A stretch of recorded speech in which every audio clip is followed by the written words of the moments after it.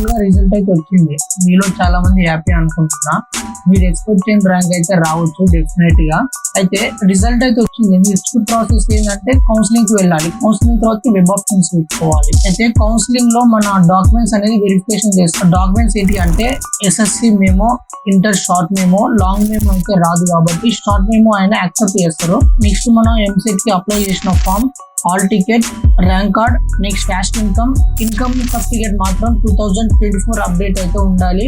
Caste అయితే ఏ year అయినా పర్వాలేదు కానీ ఇన్కమ్ సర్టిఫికేట్ మాత్రం 2024 అప్డేట్ అయితే ఉండాలి. నెక్స్ట్ మన జనరల్ డాక్యుమెంట్స్ అన్ని ఆధార్ కార్డు, ఇవన్నీ జనరల్ డాక్యుమెంట్స్. నెక్స్ట్ బోనఫైడ్ అనేది 6th నుంచి ఇంటర్ 12th వరకు బోనఫైడ్ అయితే ఉండాలి. మీరు ఏ స్కూల్లో చదివినా ఏ కాలేజ్ చదివినా బోనఫైడ్ అయితే కంపల్సరీ. ఈ డాక్యుమెంట్స్ అయితే పెట్టుకోండి మీ దగ్గర రెడీగా. దగ్గరున్న కాలేజ్ కి డాక్యుమెంట్ వెరిఫికేషన్ అయితే వెళ్ళండి. అక్కడ మన డాక్యుమెంట్స్ అనేది వెరిఫికేషన్ చేశాక మనకు ఒక ఫామ్ ఇస్తారు.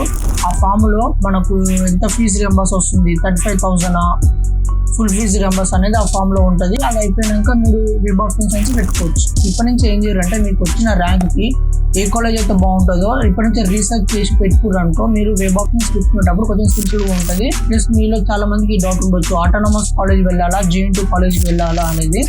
అది నేను నెక్స్ట్ వీడియో చేసి పెడతాను. మీకు ఆటోనమస్ అయితే బాగుంటుందా, JNT అనేది బాగుంటుందా, ఈ డాక్యుమెంట్స్ అయితే మీరు రెడీగా పెట్టుకోర్రి.